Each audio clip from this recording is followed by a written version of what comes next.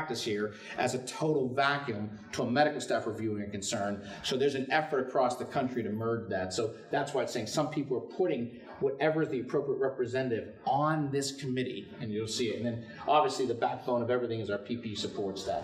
So a couple of points about this, right? I love this quote. What does that mean? You go to work and pick your best people, and then you punish the hell out of your PPEC members. You want long, staggered terms.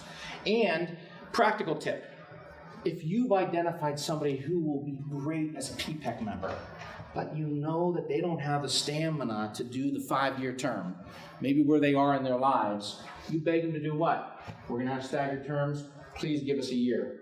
You will make an enormous difference with your temperament and your guidance for 1 year. Stagger that, right? Stagger, stagger, stagger, so that we don't always have that done. What's the role of this? Write out as a part of your charter to continually reinforce how it's not just old school peer review. What does that PPEC do? Before you ever get out of the gate, what are the policy type decisions? 30,000 foot level. Okay. We're going to ask each department to come up with triggers that we look at per specialty. Well, have you vetted the department? Come up with only 2 or 3. We don't want to have this long listing. The PPEC then says, okay, that's what's in place. OPPE criteria. What makes sense for all the departments? We vet them, we cross-fertilize. Policy decision. What types of those triggers leads to an informational letter? What doesn't? Policy decision. We should come up with template letters that fit the tone. Once the PPEC decides these are the templates. So first it plays that role, right? Then it's all the things. How do we get educational lessons learned out? How do we monitor system fix? And then we get to the practitioner-specific peer review. And let me just give you a couple of tips about how this should work, our humble view. If you allow your green box people to do interventions, so remember what we talked about when the green box came out. They can either just be fact finders and hand everything to the PPEC if your volumes aren't too big, or they can be fact finders. They can do lower level interventions and then ask the PPEC to get involved for more significant things. If that's the model you would choose, the PPEC should still get a report of what the departments are doing on the lower level to make sure that there's not inherent ineffectiveness. So if a department chair comes up and says, well, Verardi did this again, and so we decided to send him his 13th educational letter, that by policy allows the PPEC to say, well, thanks for playing clinical specialty reviewer. We're not doing double jeopardy, but we're now going to intervene to help you in your efforts to help your colleague. If, however, it's only getting the fact finding, then it just reviews all cases coming to it. So a couple of practical tips. Who presents the case? We talked about this. You will be completely wasting your time, and don't even go this route unless you build this in on the front end. It's what we've rambled about. Every case that will be an agenda item at the PPEC, either a primary reviewer, a clinical specialty reviewer, somebody that we call predetermined reviewers that I'm going to define in a minute, or anybody that did the review, or a member of that PPEC has to study the heck out of it ahead of time. And so when the bell rings on that case, I give you my quick summary of that, and then we go to work. When this doesn't happen, and I see PPECs try to fake it, and, oh, well, let's just kind of issue spot through the EHR, and let's look through it's completely ineffective. It's mind-numbingly bad, so don't do it, right? For cases that come up with that clinical specialty reviewer, this may seem corny to you. This is a fabulous practical tip that one of my favorite PPEC chairs came up with. He's a guy in Owensboro, Kentucky. He calls me up one day and he said, well, we do tee up our clinical specialty reviewers to be ready to do the review, but guess what, Paul? Everybody loves the sound of their own voice. Did you ever hear that, Paul? Well, what do you mean by that? Well, all of a sudden, I would lean over and say to my respected colleague, all right, you did the review on this case. Tell us about that case. And all of a sudden, everybody thinks that their specialty was the ordained from above specialty of beyond all specialties. I felt like I was in a board certification review course when all I wanted to know was what to do with this one particular case. And so he didn't want to offend any of his colleagues. So what did he do? He did two things that I thought were unbelievably sophisticated. He first identified 2 of the physicians on his medical staff that had done very well in taking complex case reviews and distilling them down. It's very hard work. It's much harder to write a 1-page letter than a 10-page letter. Any lawyer will tell you that, right? It's very hard to do a succinct review than just babble a book for a long time.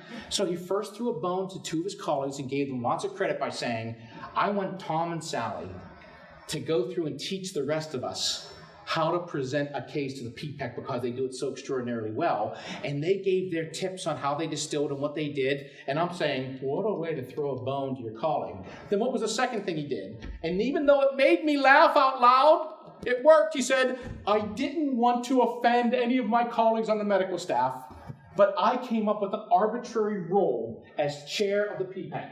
That arbitrary rule is, I can't envision a clinical case of such complexity that a well-prepared case reviewer person can't roll out the facts within 5 minutes. I will never cut down on the discussion that happens afterwards, but to be able to tee it up. And he brought in a 5-minute hourglass, and he's a very funny guy, but when he tees it over to a colleague, he just smiles and says, okay, Charlie, it's yours. When Charlie doesn't get it done within the 5 minutes, he never embarrasses anybody. He just reaches over, smiles at Charlie, turns it over gently. Their whole culture's changed. They've gotten through a ton more case committees. No one gets offended, and I thought, smart guy, keep your eye on the big picture ball. And then this shows my total inner geek. My total inner geek is that I dig laminated charts. And so one of the things that, as the early years of a new process, I know that's very embarrassing to say that out loud. I dig laminated charts. The most successful newer PPEC committees have one of those wonderfully laminated flow charts on one side so people remember who does what, not 20 pages of text. And then you flip on the other side of that lamination and it says, remember, here's what our job is, here's the scoring, here's the listing of performance plans options, here's how we get input, what if someone doesn't give us, and it was a cheat sheet.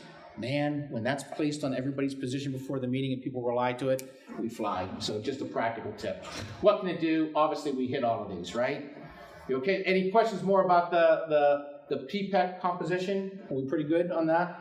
Oh, I'm sorry, so some of the other ones. I'm a fan of the Leadership Council appointing them, but it can happen any which way.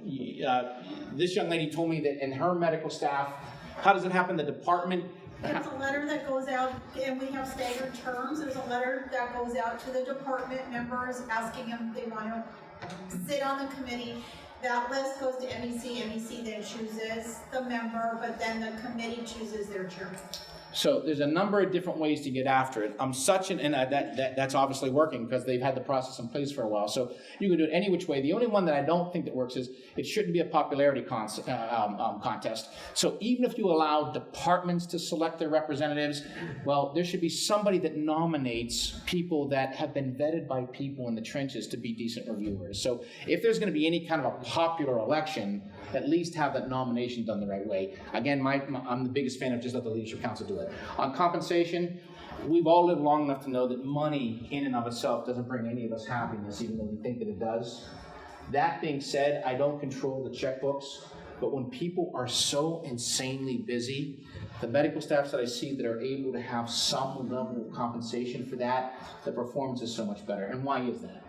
One is when any one of us gets paid for anything, even if it's this amount of money, it's more important to us, it's more meaningful, we have a sense of responsibility, it allows us to devote time to it, it'll never make any of us rich. So my personal view is not to make you happy or allow you to retire. I am an unabashed fan of it. And I like it especially when it's a contribution from the medical staff and from the hospital. That allows us to generate enough money, and it gets out of where the medical staff's paying for it a certain way, or the hospital's looking for this. So I love when there can be joint contributions to that and some stipends that go to that. So that's just me. I don't write the checks, but that's my view of what I see the best. We have vice chairs as our multi-specialty members. What do you think about that? I love that. So the only thing I would say to that, so the two options I see are those criteria, or when your department vice chiefs also serve as the members of the PPEC, right? Is that what you're asking? Yes. So I got it right? I totally love that with one caveat. and it may not be in your world, so I don't mean to sound offensive, but on a lot of medical staffs, department chairs, it's like, well, this is a learning ground. They might grow up to be good department chairs or not. We don't know. We want to start to get able to, and that's all fine and well for that because it is experiential in terms of how we get better. But if we're then going to say to that department vice chief, you're not only one of the fact finders, but you also serve in the PPEC, they have to agree to go through PPEC training, PPE training, as a condition to them assuming the role of vice chair. And I'm talking a couple hours. But if you don't do that, then we're constantly going to newest people that haven't done a lot of reviews, and then we have a whole committee of PPEC members, none of whom have education what they're doing, and then it breeds too much inefficiency. But then you can still add vice chairs and then maybe past chiefs of staff, couple or something. So on that model, I love that model when it's all the vice chiefs coupled with a couple of silverbacks. That's a very viable model. I love it. Love it, love it, love it. Please, I'm sorry. What's the sweet spot on the total number of participants that you have on a PPEC? It looks like kind of the heartbeat of the whole process, so you want to get it right. What's a good... So if you read all the Harvard Business Review mags, you read all those geeks and what they do, they say any committee that is 7 to 9 is the sweet spot. Now, I'm not saying that for most medical staff committees, depending on, I don't even know how large your medical staff is, okay? But if you buy that, 7 to 9 is the right sweet spot because we're not always going to get everybody. We develop a good kind of continuity. And I'm a personal fan of every committee that we have, we should hand physicians, these are your expectations of serving on a committee, not in a browbeat way, but I think it breeds professionalism. Oh, wait, if I'm a committee member, it helps to be honest. I'm supposed to review the things I'm supposed to in advance. Only one person should talk at a time. I'll agree to support what a committee does at the end of it, even if it wasn't my first choice. I'll maintain confidentiality. So famously, I'll have some that are 12 to 15 that work famous, but that really requires a pretty seasoned, strong chair that kind of keeps it in line, or else it's the wild, wild west. So I don't know if that helps. Okay? All right, this leadership council thing. We've beat it hard a few times. I love that slide, right? Or else I wouldn't use it. But and that's the pushback I'll sometimes get. Well, wait a second. You want us to come up with another medical staff committee? We're already too bureaucratic. We're already too beat down. Well, obviously I don't feel that way, or else I wouldn't recommend it to you. This is what we're trying to get at. Now, I will tell you that every time I leave the gym, like early in the mornings, in my mind, I look like this dude. And then I get home and I say, no, you still just look like you. That's the depressing thing, huh, about the gym. Anyway, this is what we're trying to get at. It is without doubt the absolute keystone to modern medical staff governance, total game changer. Who's on it? This is my humble view of who should be on it. The chief of staff, this committee has no credibility unless the current elected chief of staff serves as the chair of the leadership council. We could never, in light of the importance of this committee, we could never ask a vice chief to assume the chair of this committee without having lived on it for a year. So these two and the PPEC chair, those three to me are the most important part of a leadership committee. Continuity and credibility. Many times it'll include one or both of these two. The immediate past chief, maybe our credentials chair. These are the only voting members of a leadership council. Happily, we shouldn't vote on most things, right? When we vote, we have winners and losers. If we're voting, there's a problem. There should be by consensus. Who are the ex officio non-voting members? People lower on the on that chart. What does this committee do? One, it's what it does right now, today. Something immediate happens, we have to get together. Right now, we ad hoc pull people together. How much more consistent and fair and legally protected is it if you say, when anything immediate happens, our small group of the leadership council gets it. Your lawyers love it, your medical staff thinks it's more consistent. You're not pulling together an ad hoc group of people, some of whom may like me or not. You're pulling together a preordained group of people in the bylaws as who should do this. Number two, administratively complex clinical issues. We talked about that.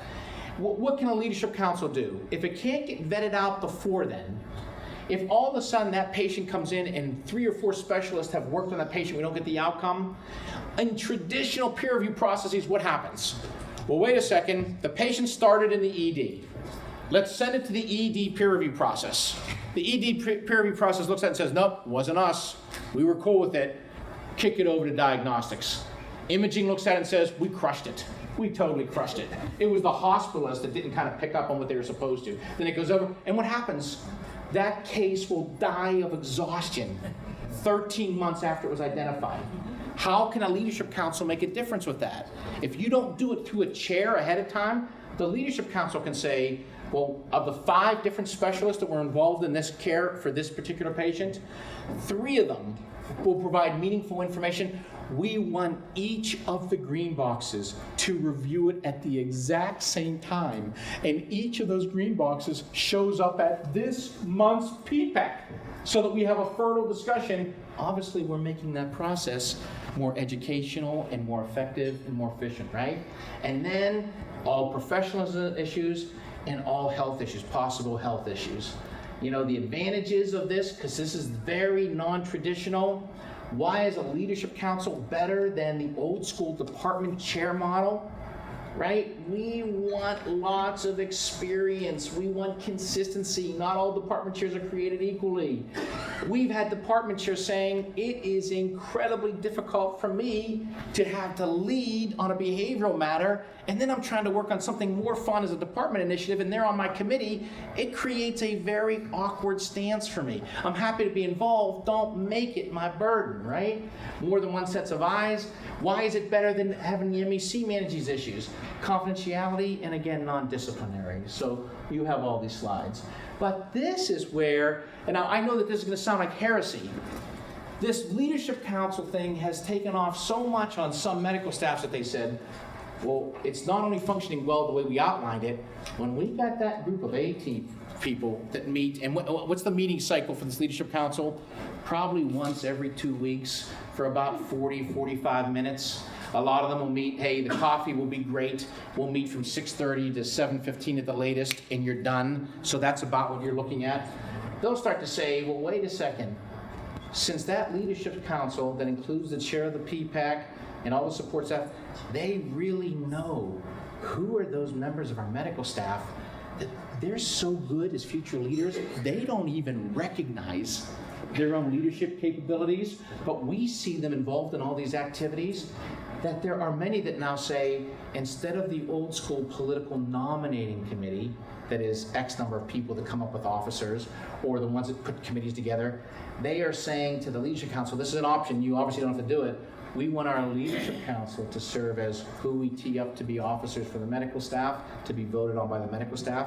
We'll come up with who do we think would be good department chairs to be elected on by the department, and we'll select all committees. So just go to show, total game changer. I can't fathom having a well-working medical staff in today's world without one, but sorry to be so blunt, it is a total game changer. All right, this one we already talked about, informational letters. So we hit this very hard. The only thing that I wanted to emphasize was that when you come up with your listing of informational letters, one other job for the PPEC to do is to say how many of them. One of the policy jobs is to say how many informational letters on these topics should somebody get before it gets triggered out, because not all are created equally. So you may allow one that says, well, if someone's not using approved abbreviations, if they get 2 or 3 of those informational letters, that then kicks into the peer review process. If somebody was not available to a stat consult request and didn't do it within 3 hours, well, we'll allow them to have one bite at that apple, but that's so important for patient care that if it happens a second time. So there is a policy decision that says not all informational letters are equal. What's the widest pathway that we can give? But that's the only thing that we didn't talk about with informational letters. Use objective review forms. Here's the objective review forms. Remember what I told you about the small Italian community, right? Now, before we get to the objective review forms, this is certainly not what I'm advising you to do, but this is what we have to move away from. 2 minutes of levity. This is a real-life letter that I received in my credentialing practice. There's a fabulous city with a great reputation in North Carolina that we represent, and I got a call from their credentials chair one day saying, hey, Paul, this may be a stupid question, but we received a professional reference on a dinner napkin. And I was laughing literally out loud in my office. I was like, oh, come on, man. I got to catch that next bird. Why are you calling? And they said, no, we got a professional reference on a dinner napkin. I said, send it. Now, when it came in, I was looking at it and I said, Looks more like a cocktail napkin even than a dinner napkin. I can't even go with a dinner napkin. But what was the dude's question for me? The dude's question, this shows why I will do what I do until I choose to no longer want to do this. His question for me was, do we just file this in the normal file? I'm thinking maybe we have a little bit of a bigger issue here, but calling me conservative. Is this not the greatest quote in the world of why peer review is so difficult? Every one of us resembles this quote, right? That's why the key is to come up with some type of tool that gets used irrespective of specialty, that even if it's not perfect, allows us to allow individual experts to be as objective as they can and to be meaningful. So that is a general case review form, and we broke it out into these parts, and this is dramatically different, again, from what you guys just saw in Las Vegas. There should be a 1 page of instructions, 5 or 6 bullet points. We know how bright you are, but when you're asked to review a case, scan over these 4 or 5 points, you'll feel empowered and you won't waste time on having anxiety about it. Part number 1, filled out by the red box, and I'm going to show you this, but part 1, this is how it gets teed up by our medical staff and quality people. What are all the basic demographics? How do we make it easier on our reviewers? This is all pre-completed. 2, 3, and 4, these parts have to be filled out by the reviewer. 1, if the reviewer identifies any issues, any questions, we have to get input from the practitioner before the reviewer completes his or her review, right? And they can either do it directly or they can ask our red box people to get that input for them.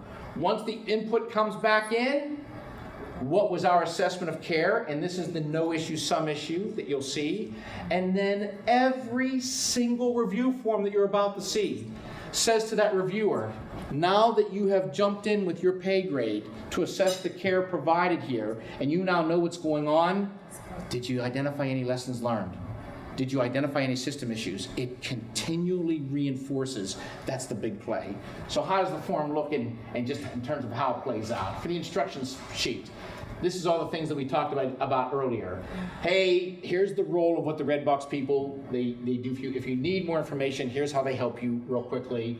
You must either do the review yourself, individual reviewer, or you can assign it.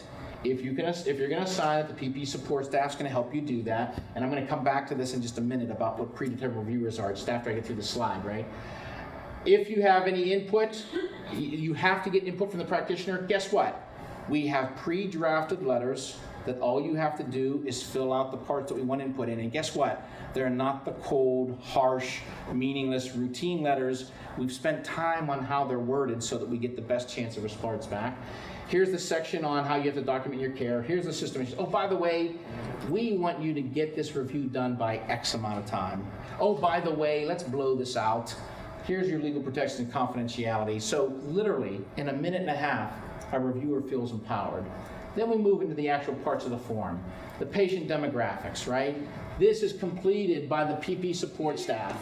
What was the basic, however you want to come up with what you're tracking, right? But then, who was the admitting practitioner? What was the admitting diagnosis? What procedures were performed? Who performed those procedures, right?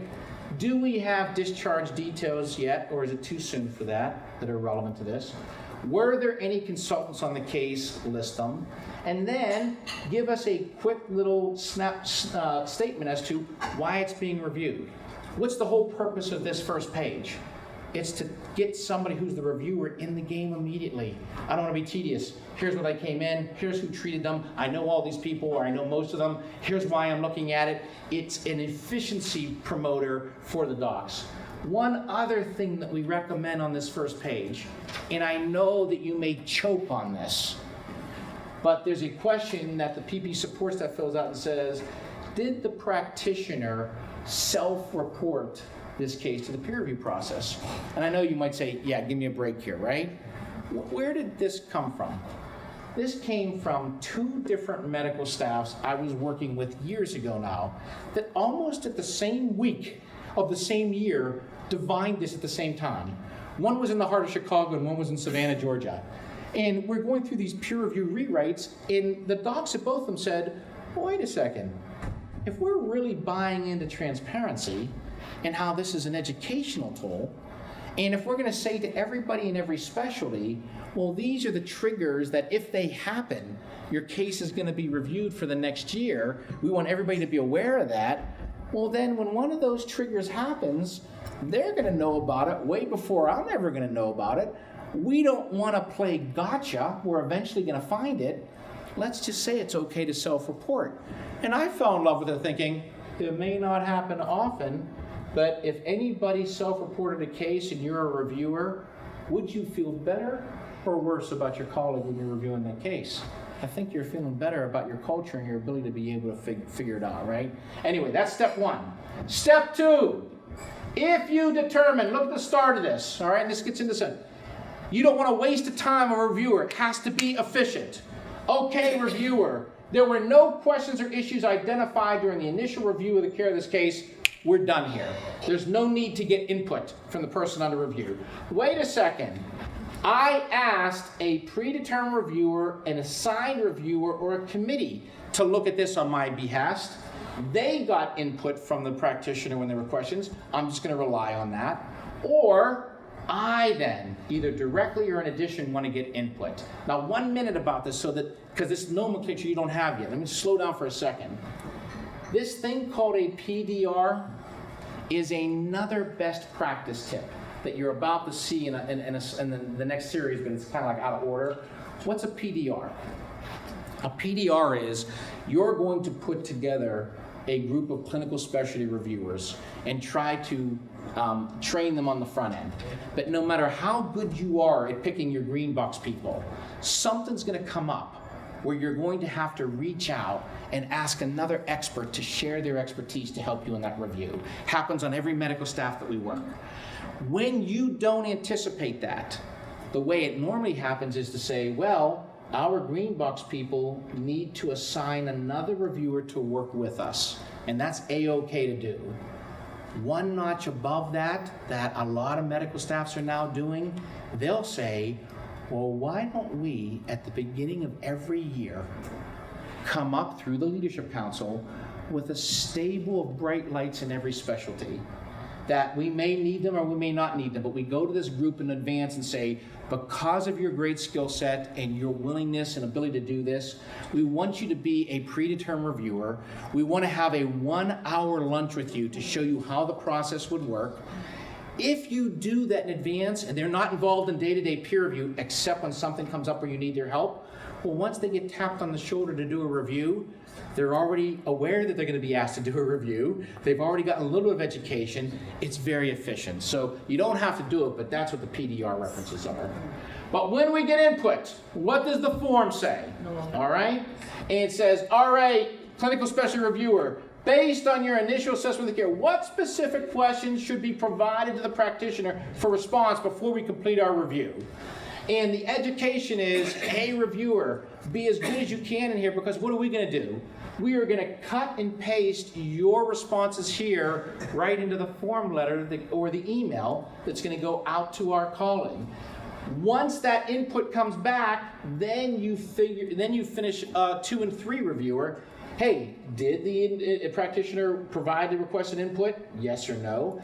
In addition to that, did we ever have a discussion about it in addition to the written response? And your current policy, which I worry about, just from practical experiences, your current policy says you will accept input either in written form or verbally. And even though that seems to be a very professional, nice way to go, what are the problems with that?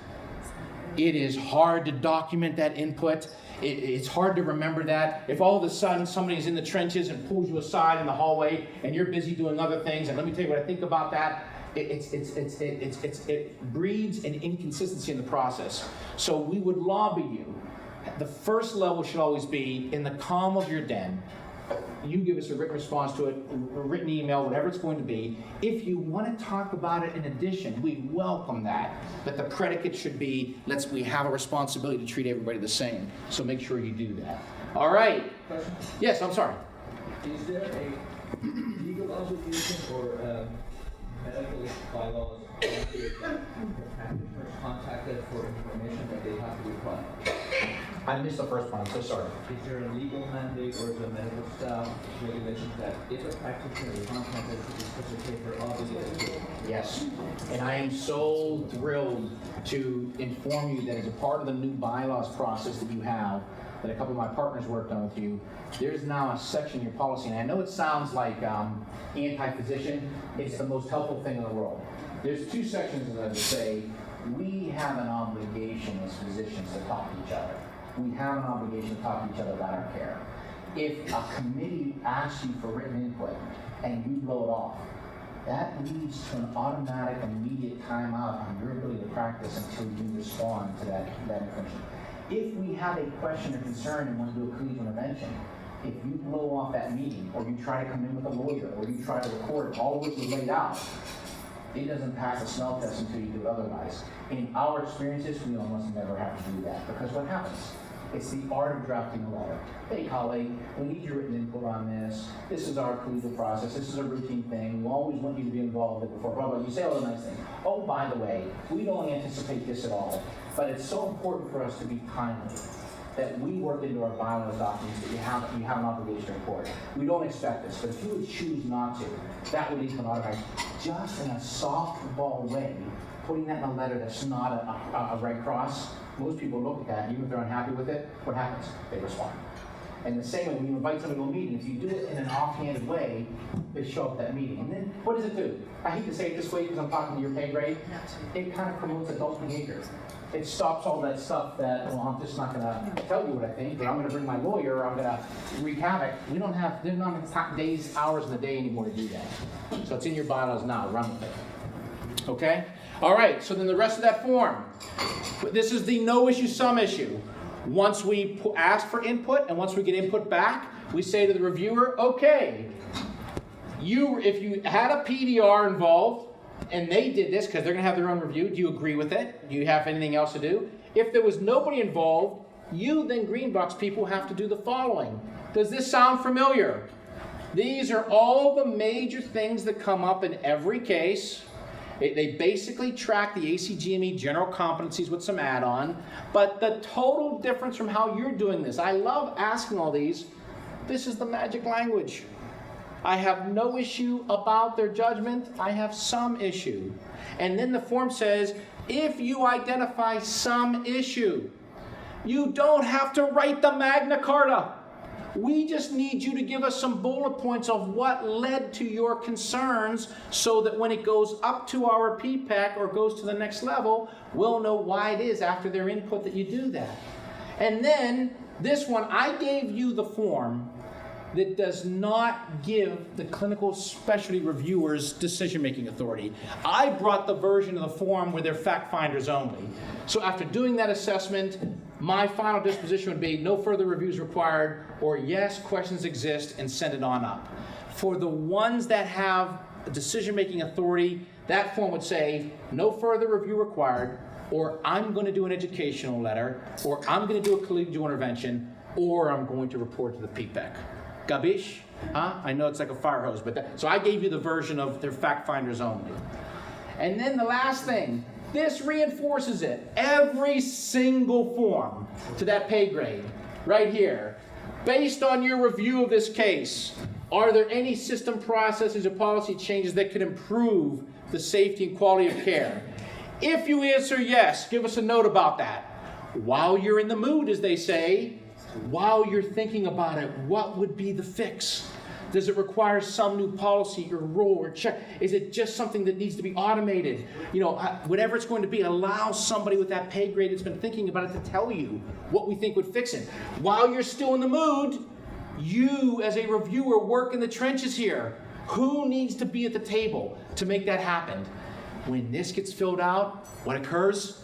It gets reported to the PPEC even when there's no room to grow.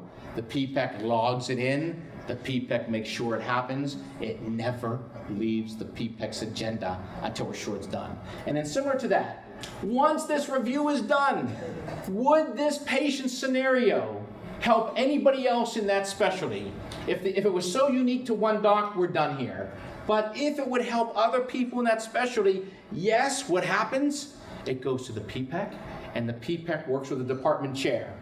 You either have to disseminate this lessons learned in an anonymous way electronically or you need to do an M&M on that and let people know why you're doing it, and we never identify the doc where it came from. And that gets us to the same 3 pillars. And so every review, we're reinforcing it and reinforcing it and reinforcing it. It takes over the culture. No, I'm sorry. It's not a question. I'm teasing you. Step 5, I just took these, so I don't know, Please. also have, for running, for combination. Oh. Or something like that. Love that. So sometimes it's a nurse that, found the city and identified or whatever. Sometimes it's the doctor that came in and made the surgery and, that. I totally applaud that. So on the form that they also have something, and that should be a part of every policy, and it's a part of our policy too, and should be on the forms actually. If you're looking at somebody's care and it's extraordinary, whether it's a doc or a nurse or whatnot, we should spend as much time saying, hey, we did a routine review. You crushed it. As a matter of fact, your care was so good, we're going to identify you at an M&M and let everybody know that everybody should do it that way in a positive way, not a negative way. Totally agree with you. Thank you for that. And thanks for being a good sport with the teasing. All right, this goes right to your question. Meaningful input from practitioners. We're winding up. You should never, ever, ever, ever, ever do any intervention without first getting input from a colleague, right? And what's the easy trap that we all fall into? So many physicians that I work with will be reviewing a case, and they'll say, oh my gosh, I did that same thing 10 times. I know exactly what he did here. It's an easy fix. I'm just going to tell him that this is what he should do better. Well, if I'm the person who provided that care and you didn't even ask what was in my head providing it before you jumped to that conclusion, even when you're dead right, that's offensive. And so we always want to build in that even when we know and even when it doesn't change our mind based on the fact pattern, we always ask for information. The only exception to this on our setup is you obviously don't get information and input on information letters. They're intended to be objective matters. They happen, we blow it out. We don't get pre-information and notice on that. General rules. These are all helpful to building your policy. We can get information anytime and multiple times. It's not like double jeopardy. We're trying to figure out the fact finding, right? Here's the time frame. And then importantly, and this is the issues that we've been talking about, your letters need to say, and here's the consequence if we don't work together. How do they provide input? Written always, and then they can meet in addition to that. Now let me give you a practical tip here. More and more of these policies that I'm drafting, when it gets to this, they want to provide information to like a PPEC, I'm writing into those policies, it is at the discretion of the PPEC chair whether or not that discussion will happen with the whole PPEC or that personal discussion will happen with representatives of the PPEC. Why? I started to get feedback from PPEC saying, oh my God, some people still don't realize we're in a different era with peer review. Their case was up for peer review. They wanted to come to the whole peer review committee meeting. They dominated an hour's worth of discussion and it wasn't that big a deal and we weren't able to. So now by saying, first you give it to us in writing. If you want to talk about it in addition to that, the PPEC chair will decide. Maybe the PPEC chair and somebody close to your specialty will sit down to make sure we understand your response. We have too much stuff to get through on our agenda. It should be the exception when someone comes into the full PPEC committee if we want to be efficient, okay?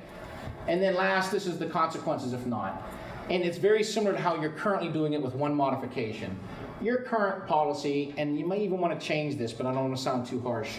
Your current policy says that when an individual reviewer, prior to your department steering committees, wants information and someone doesn't provide it, then you don't slow down. It goes to the department steering committee. So we're similar to that, saying if you have a fact finder that wants to get information and the person says no at that lower level, to keep the process rolling, policy says it moves on to the next level even without your input. But then all bets are off. When something comes up to the Leadership Council or to our PPEC for the clinical matters, especially, if the PPEC says, we've looked at these facts, we have questions, and now we need input before we can go forward, that's when that language comes into your policies. But the way we adjusted it, one second, Harlan, I'll come back to you.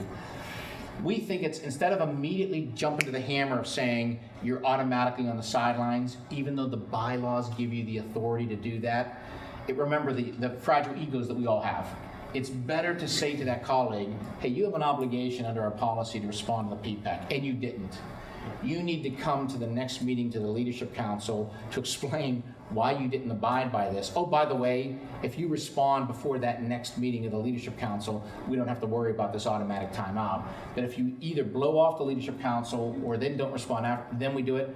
Well, what happens? For the few times when you need to do this, people might be unhappy, but when they get educated as to what the policy is, when one of the leaders can say, look, Sally, just go ahead and respond to it, it almost never leads to the immediate timeout. So a sophisticated approach is to interpose the Leadership Council possibility that you have to come and discuss it. Man, we stay friends and we don't have lawyers hovering over the whole thing. So that's the only difference from how you're currently doing that, if that makes sense. We just redid our organizational and just